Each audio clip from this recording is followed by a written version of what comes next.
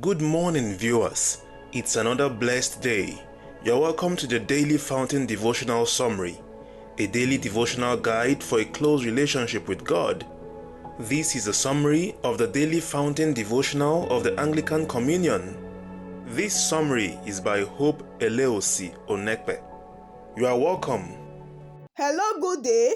I welcome you back to today's episode of the Daily Fountain Morning Devotion. This summary intends to bring to us understanding to God's words by the help of the Holy Spirit. Thank you for joining us again for another fresh episode of the Daily Fountain Morning Devotion. This is another day the Lord has made. You are welcome to today, Friday, July 25, 2025. Today is St. James the Apostle. The topic before us today says, watch your ambition. Let's bow our heads as we pray. Father God, we thank you for your word and for the example of Jesus in Mark chapter 10, verses 35 to 45. We acknowledge that true greatness in your kingdom is found not in power or position, but in service.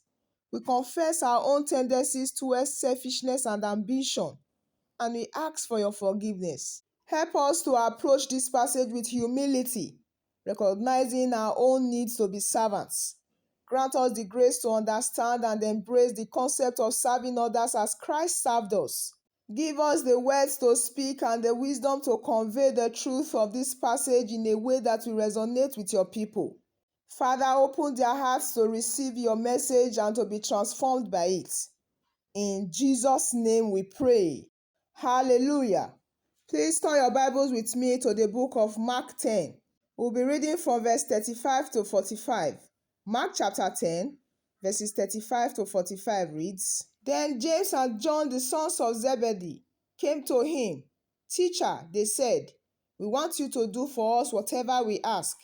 What do you want me to do for you? He asked. They replied, Let one of us sit at your right and the other at your left in your glory.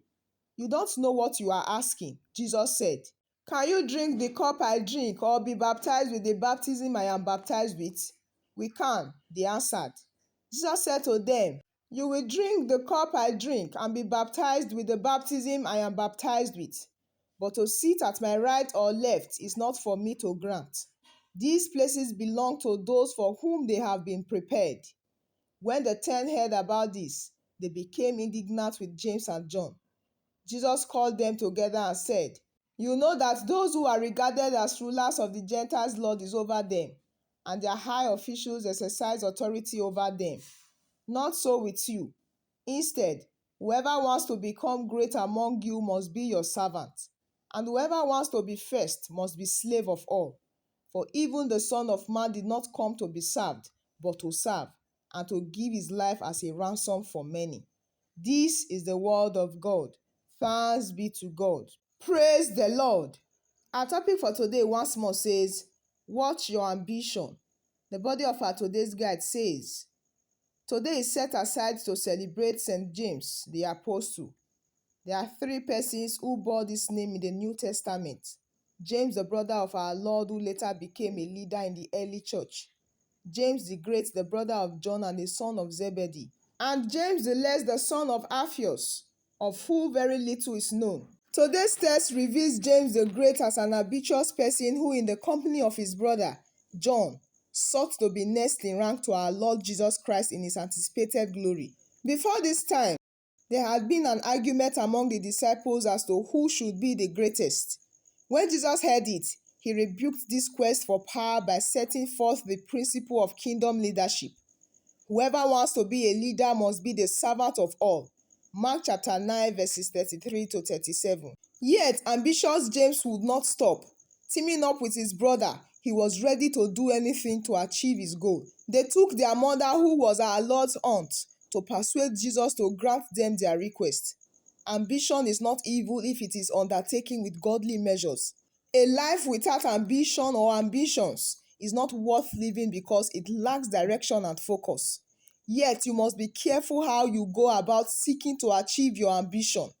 Any aspiration that does not have the interest of God's kingdom at heart, but is born out of self-seeking fame, wealth and power, is not godly.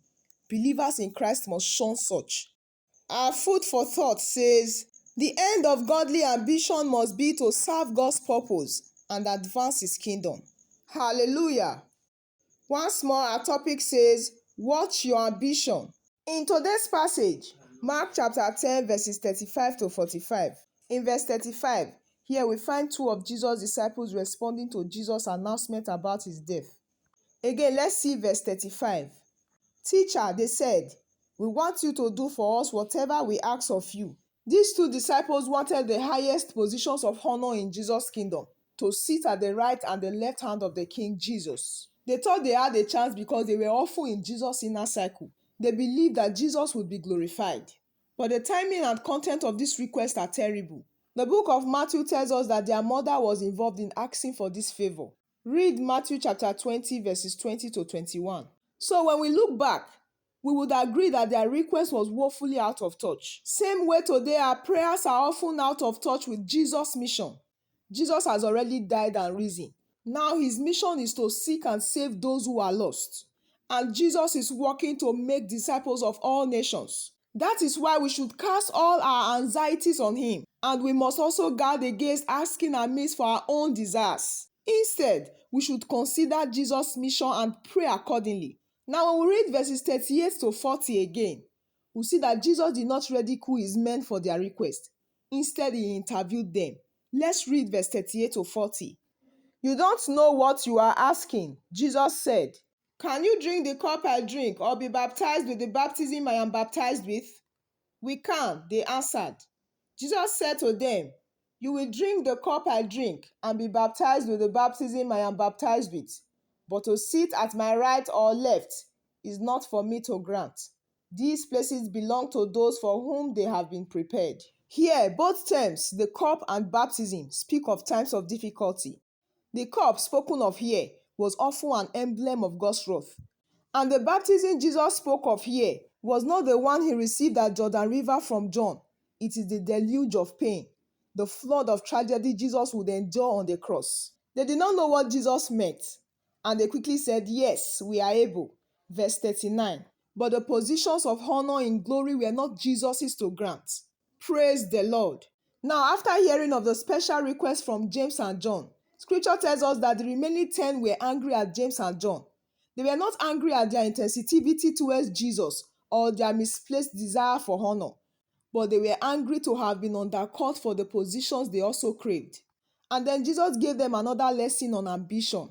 Jesus did not mind their desire to be great or first. He was happy they wanted to excel. But they didn't have the clue that to get there in Jesus' kingdom, they needed to become servants and slaves of all. Praise the Lord. Now, Jesus Christ is the big example of service they needed to follow. Scripture tells us that even the Son of Man, the Messiah himself, came not to be served. He came, he stepped out of eternity, the glory of heaven, and did not expect to be served. He came to serve. And his service was to give his life. My dear brothers and sisters in Christ, Jesus knew we needed his death so we might live. And he gladly gave his life. And he served humanity by giving his life as a ransom for many. Today, we usually reserve the word ransom for paying off a kidnapper or terrorist. But it means to pay the price. Jesus' life was the price to purchase us out of our slavery to sin. His death set us free from ours. And his life is our life. With all this in mind, we need to serve. That should be our ambition as children of God. Why? Because all too often these days we read books and collect preachers who tell us it's all about us. And their messages are designed to help empower us. All this comes from a culture drunk on power. But is that what Jesus came to teach?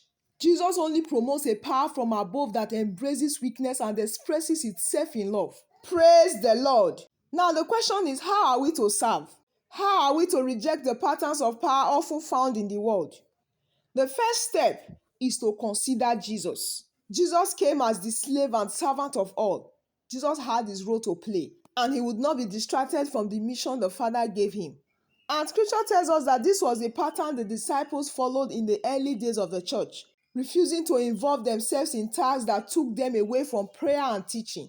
And they served humanity by doing those things. Praise the Lord.